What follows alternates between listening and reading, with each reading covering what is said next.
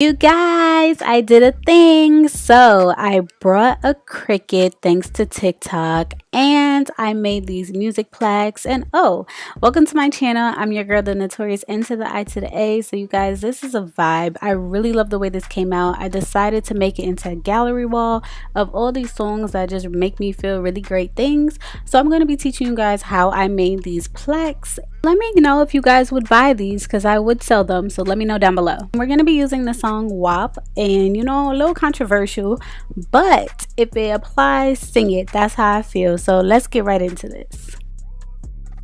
Okay, so first you're gonna need your photo, and I got these printed at Staples. The sticker paper is also from Staples, but I'm gonna show you guys how to get high quality images. So you're gonna go to Google, type in the name of the song plus album cover, and then you're gonna go to tools, size, and click on large. This will give you a large image, which is a high quality image. As an alternative, you can go to Genius and just drag and drop it onto your desktop. So then you're going to want to change the image size and resolution so it could be really crisp and clean. All right, so now you're just going to see me cut out this image. The Cricut can do this. However, because I got this printed and did not print from the Cricut, I did not know how to get it exactly lined up, so I just manually cut it out. And this is how it should look. Now you're going to open up your streaming platform of your choice, take a screenshot of the song. Now, one thing that's very important to note that I noticed, if the song has a feature, on Apple Music specifically, this scrolls. So you're going to have to screenshot it twice to be able to get the full name, and I will show you how to get it all lined up later. So now we're going to head over to the Cricut design space, and we're going to click on upload, browse, and then we're going to click on our image. We're going to click complex, and we're going to start deleting what we don't need. This is basically telling your Cricut what you want to cut out. So notice I did not cut out the feature, and there's a reason for that. And also make sure that you're moving from left to right so you don't really miss anything. And you're going to erase the feature name, and then we're going to save as a cut image. So click on that image, and then I already have one up here because I've done this a couple times, but you just want to line it up and make sure that the sizing is where you would want it. And also note that the numbers in design space also line up with the numbers on the mats. I measured it out to how I needed it to be. So we're going to go in, re-upload that same image, but this time we're going to erase everything except for the feature, and we're going to use the crop option to do this just to make it easier.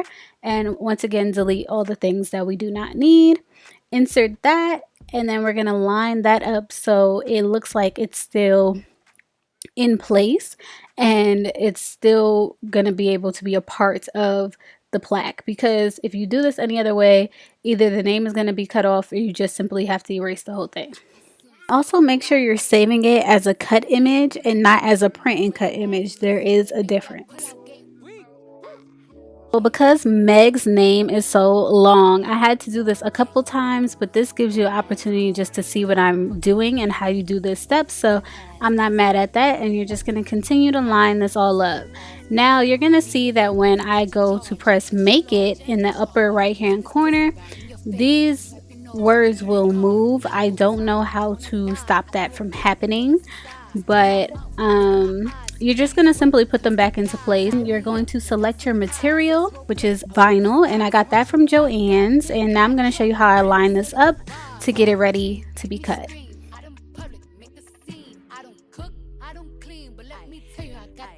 There's a lot of measuring and cutting that is involved in this, so you do have to be patient and just take your time. I would highly recommend getting the basic tool set. That came in handy so much, and I got mine from Walmart. This is the size of the vinyl once it's cut and measured, and we're going to load that into the machine by pressing the load button, and then we're also going to go ahead and press the Cricut button, and it will begin to cut.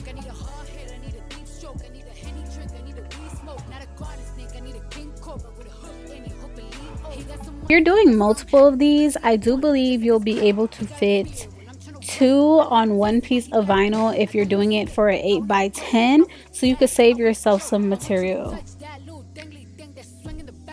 Alright, so when it's complete, it will tell you to press the load button again, but this time it is to unload. And then you're going to begin to weed. That is what this step is called. So I'm just going to cut off this excess vinyl first, and then you will see me use the weeding tool to take out those pieces that we told the machine to cut.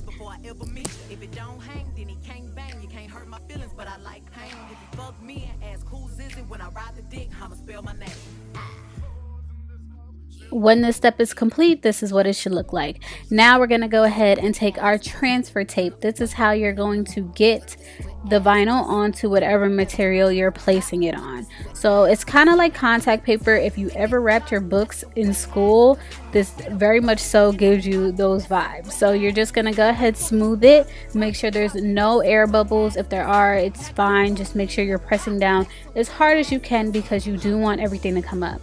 So this is the acrylic that I'm using. It is 11 by 14. I thought it was 11 by 17, but it's not, but it's actually the perfect size for this, and I got this from Home Depot.